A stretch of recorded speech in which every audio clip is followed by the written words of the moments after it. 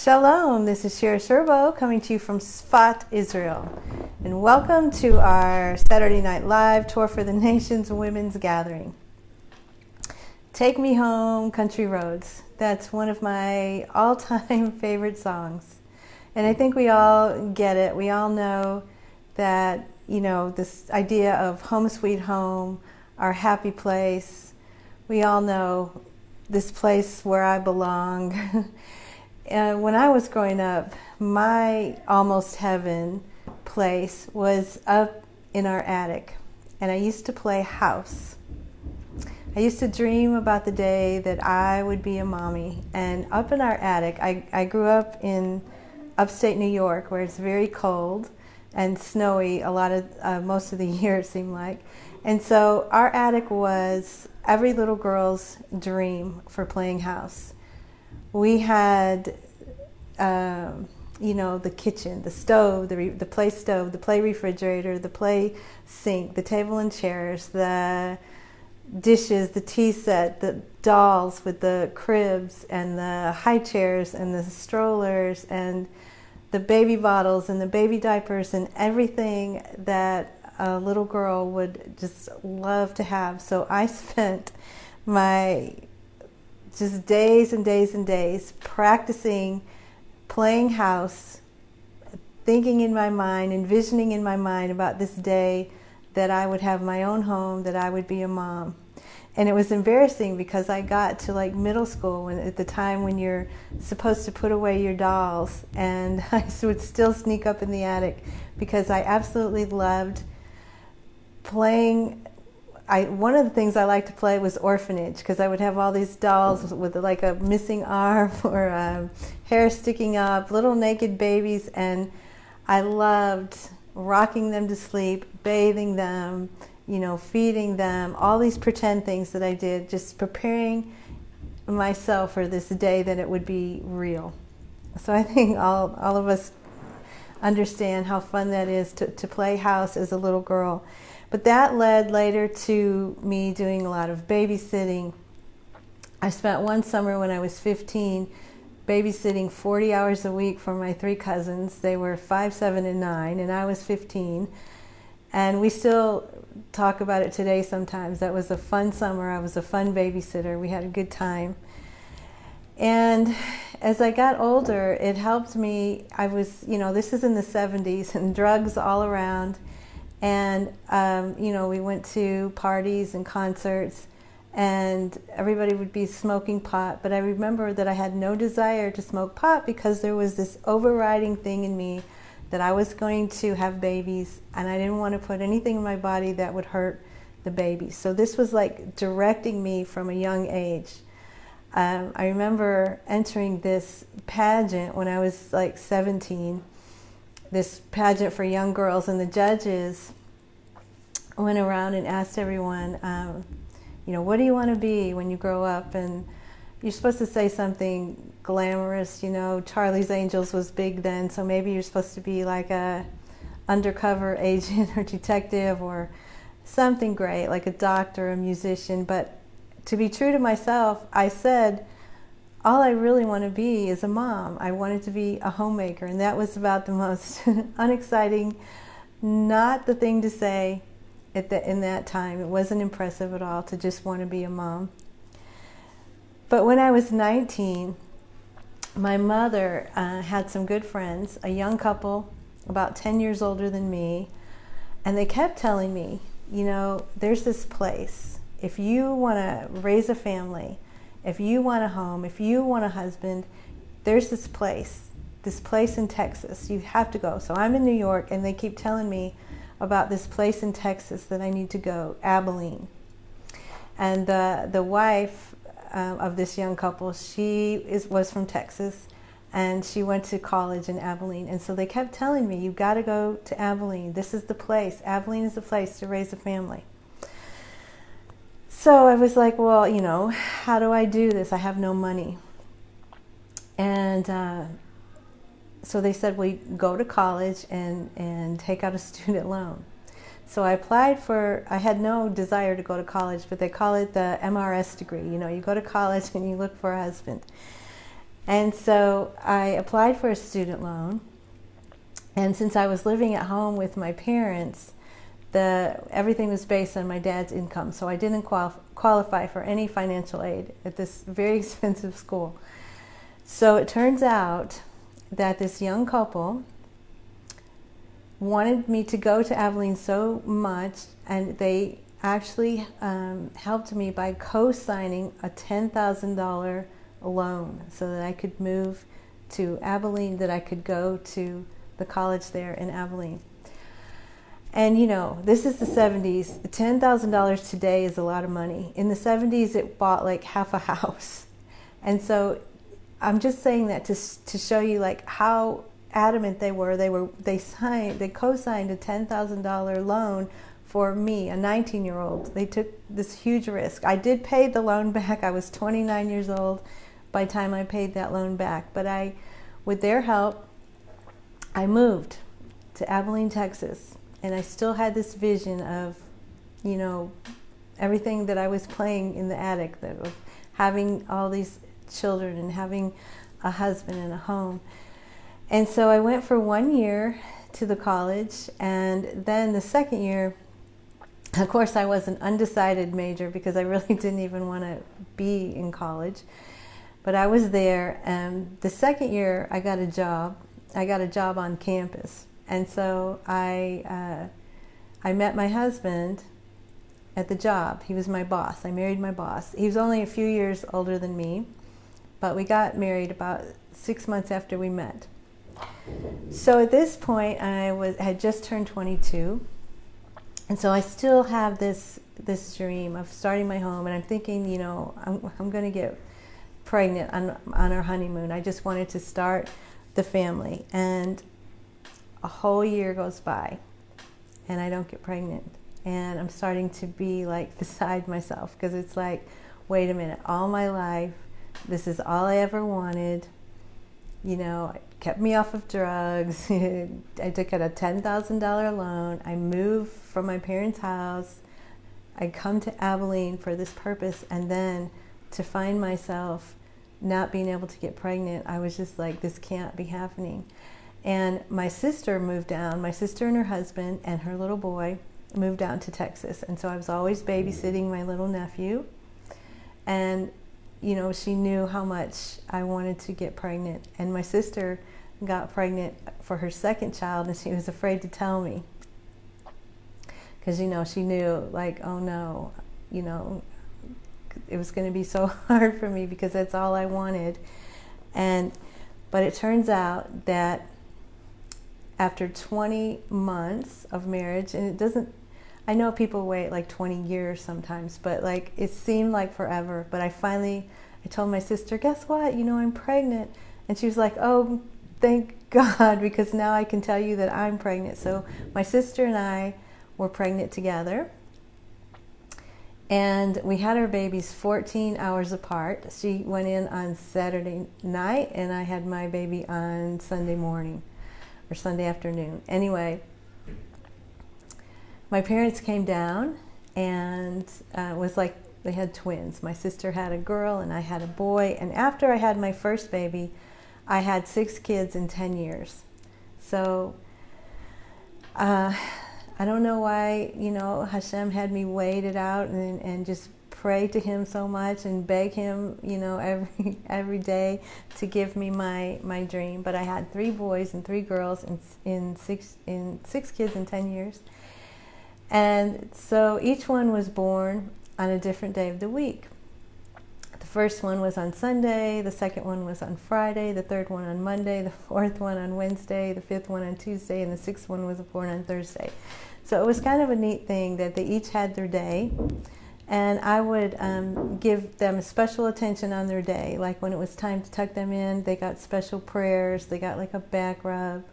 Whenever I would pick them up from school, whoever's day it was, they would get to ride in the front seat. Or if we went out to eat somewhere, if it was your day, you know, the kids were always saying, it's my day, it's my day. If it was your day, you got to pick where we went to eat. So I had a very wonderful experience as a mother of these 6 children. So in this town in Abilene, Texas, if you live in Abilene, you know this, and if you don't live in Abilene and you're ever in West Texas, there is like this 40-foot bronze sculpture on the campus that I went to, on ACU campus. And it's a sculpture of Jacob's dream.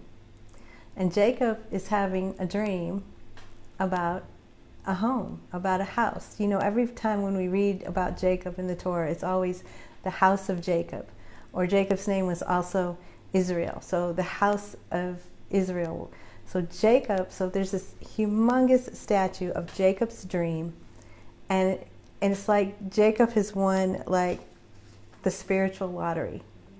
Because God is going to give Jacob this vision of how he is going to be the one to make the world a home for God. So it's easy for us, you know, when we can understand this desire to have a home, to have this place where we belong, this heaven on earth kind of place. And so ever since God created the world, he wanted mankind to make the world a home for him. He wanted a dwelling place here on earth. So I say, you know, that Jacob won the spiritual lottery. And I say that because you know how we hear about people that win the lottery and like they can't handle it. Like 2 years later, they're broke. It just came on them. It was this huge blessing and it comes on them suddenly, but they're not prepared for it. Well, that's when God wanted to bless the world with his presence and give them this huge, like, spiritual inheritance. Adam and Eve, you know, it would have been great if Adam and Eve could have handled this great blessing, but they weren't able to handle it. And 10 generations later, Noah and his family weren't able to handle it much better, and the world didn't get much better even after the flood. And then finally, when Abraham came on the scene, and he was just living in this generation where people were idol worshipers and sacrificing their children to the gods, but Abraham just stands out as the one man that is seeking God. He's concerned about his offspring. God keeps talking to him about his offspring, and he pours himself into Isaac, and Isaac comes into his own, and Isaac pours himself into Jacob. And so 22 generations from Adam and Eve, we have this, humanity has finally this man, Jacob, that can handle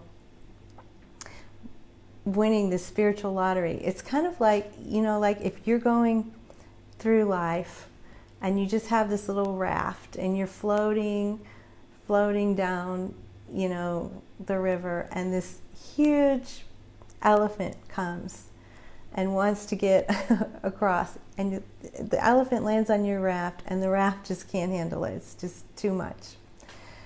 So that's what happens when this huge blessing comes on someone that's just not equipped.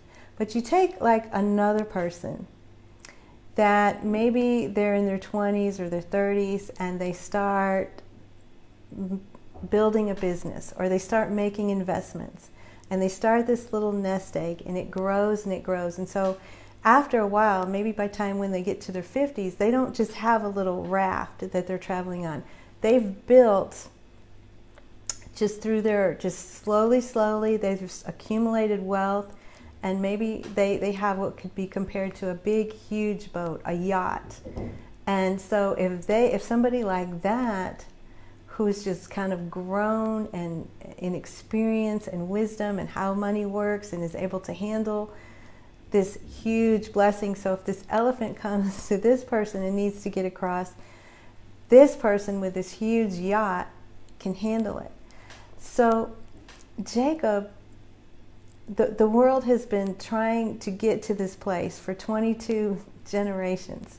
And so because Jacob was kind of primed through Isaac and Abraham, his father and his grandfather, finally he's the one. Mankind finally has someone that can handle this spiritual lottery, this divine presence coming down to earth.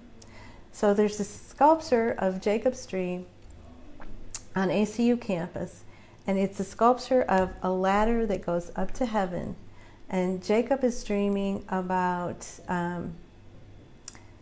heaven coming down to earth. The divine presence, he says, is in this place. This place that he's laying his head later is Jerusalem.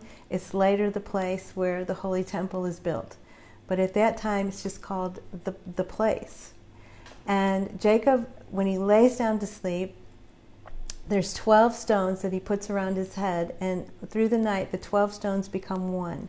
And this stone is known as the foundation, or the cornerstone, the foundation stone of creation. I've heard that it was called the belly button for mankind. This is where our connection to God comes, at this place.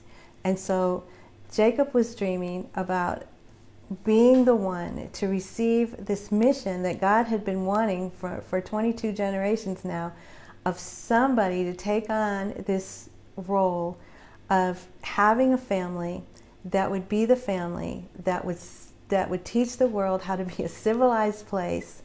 God said, I didn't create the world for chaos. I created it to be settled. And so from the very beginning, God's like, I want to have a presence. I want to have a place on earth. I want you to settle the world. I want you to make this world a home. I want a home.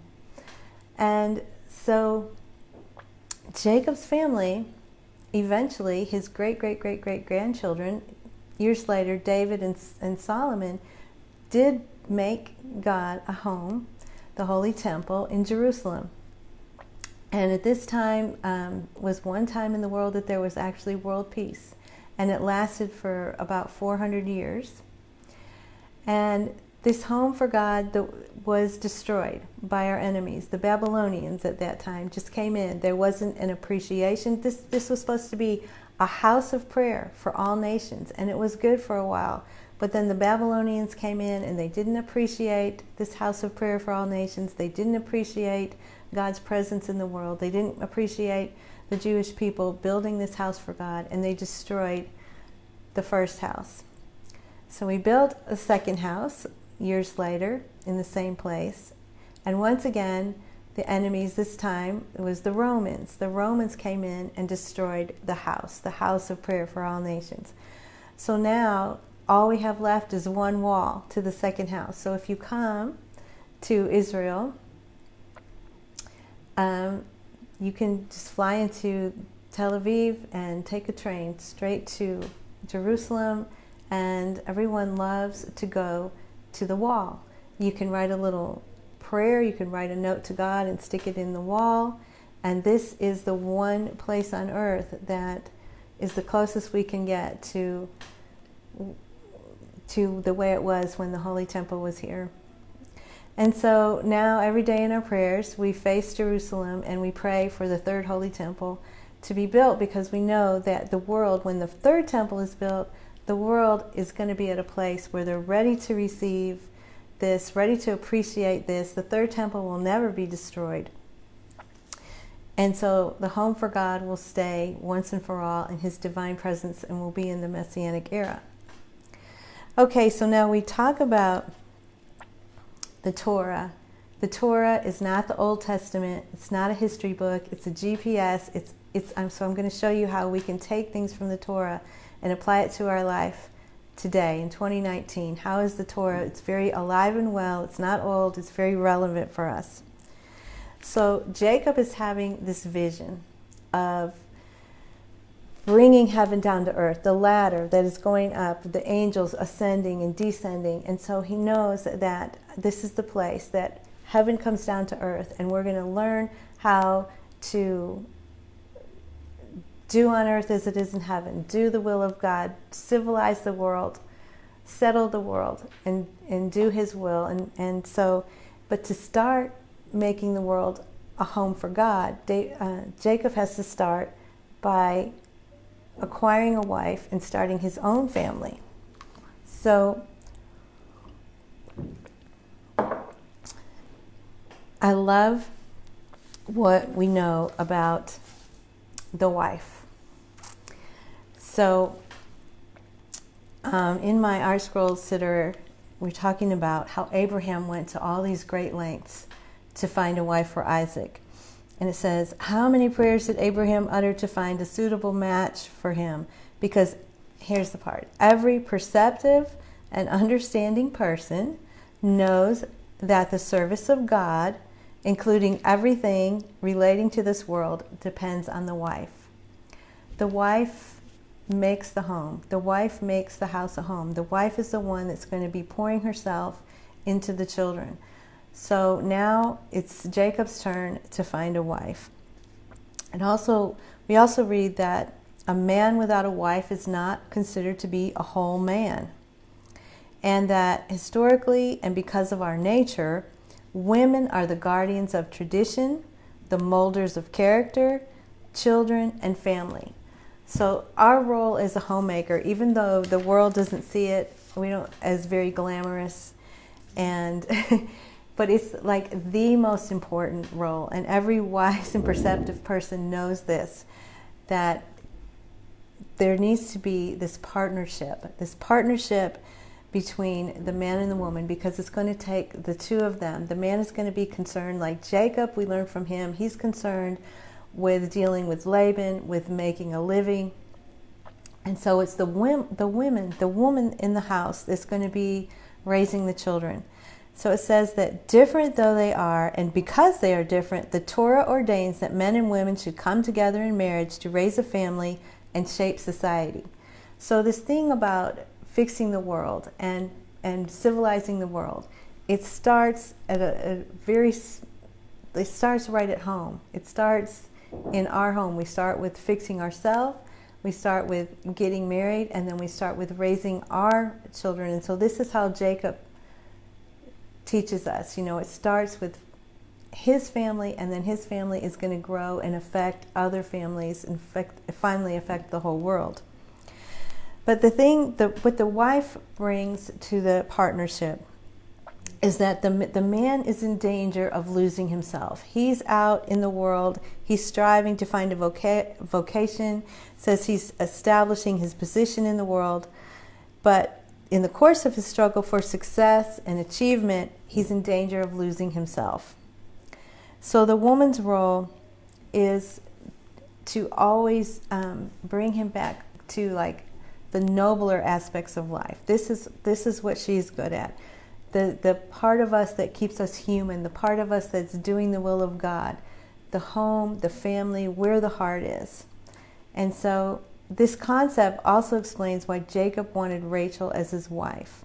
The two of them were going to work together on this mission and so it says, Jacob's mission was to utilize the world solely for God's sake, to take the material world and turn it into a spiritual endeavor, making the world a home for God. I love what this says about Jacob and his relationship with Rachel. And this is like an example for all of us of what our marriage is like. Jacob's entire being dedicated itself to work for Laban only because of Rachel, because it was his task to sanctify the material universe towards God's will. He had to unite himself with Rachel. Her entire being was suited to the fulfillment of this goal.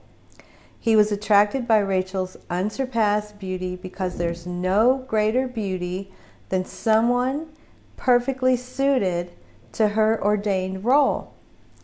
In terms of the union between man and woman, Rachel's beauty symbolizes dedication to the task of directing the world's resources towards God's wishes. So that's what each of us as women, that's our role. The most important role we can do is to bring up the next generation. The homemaker. There's so many things that we need to teach these little human beings that God puts us in charge of, civilize them. You know, nobody wants to come over your house if your children aren't civilized. You know, if they're acting like animals, we want it. So we have to teach our children. We say things like, you know, use your words, don't just scream. We teach our children to share. And we teach them, you know, don't do to anyone else what you wouldn't want done to you. And we train them and we discipline with love. And we teach what makes a house a home. It's the woman that's making this peaceful place where the children are thankful. They're thankful and respectful to their parents, and all of this has to be taught.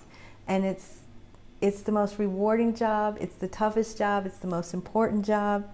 We're teaching our children to respect their parents, the teachers, and then we always want them to know that even if you can get away with something, if your parents aren't there, if your teachers aren't there, later in life, if the police aren't there, what keeps our children in line is we teach them from the time they're little that there's an eye that sees and an ear that hears. God can see you at all times. And so we teach our children the fear of heaven. We teach our children that we are obligated to God to act in the way that He wants us to make. He's our creator, and He gets to tell us what's right or wrong.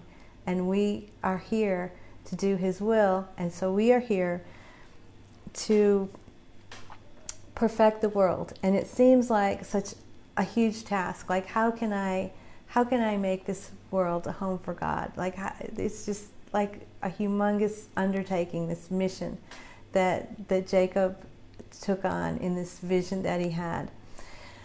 Well, you start small. You start with yourself, and you start with your family. And so my friend was, when she heard that what we were going to be talking about tonight, about our role as a wife and a mother to fix the world, starting with our own family. And she sent me this that she wrote to her daughter for her wedding. And it says, it's talking about this divine presence that wants to come into the world, and how each of us are responsible to fix the world and to bring divine presence into the world and make the world a home for God. So it says, how can the harmony necessary for the divine presence to dwell in your home be achieved? By creating peace in the home. And peace in the home is shalom bayit. That's peaceful home. When there is discord, argument, a breach, a separation is created. The peace, the wholeness, the unity is shattered. By having a peaceful home, one achieves wholeness, and in turn perfection, which can welcome the divine presence, heaven on earth. And a peaceful home is like a pebble dropped in still water. It has a far-reaching resonance in the world. So we have this ripple effect. Okay, so how do we bring heaven down to earth? How do we create heaven on earth? How do we make the world a home for God? It starts right there in our home. As women, this is what we're made for, to be a homemaker. So we make our house into a home by raising up our children in the way they should go. And we have children, we look at them and they have the way they should go, the way that is best suited for them. As a mother, we can see that each of our children is different. Each of Jacob's 12 sons were different. They each brought something unique and different to the table. And as a mother, we help our children in the way they should go, in the way that it looks like they're gifted and what they're good at. And so this is who we are. This is what we're good at. This is what we do. This is what we've been playing house ever since we're a little girl. This is our role in making the world a civilized place, in making the world a home for God. We're all part of this task, and we do it one home at a time, and there's this ripple effect that just goes out, and we can affect our communities and eventually affect the whole world. Okay, there's just so much more on this beautiful topic, but I'm just going to end there. It's great seeing y'all, and be blessed and have a great week. Shalom.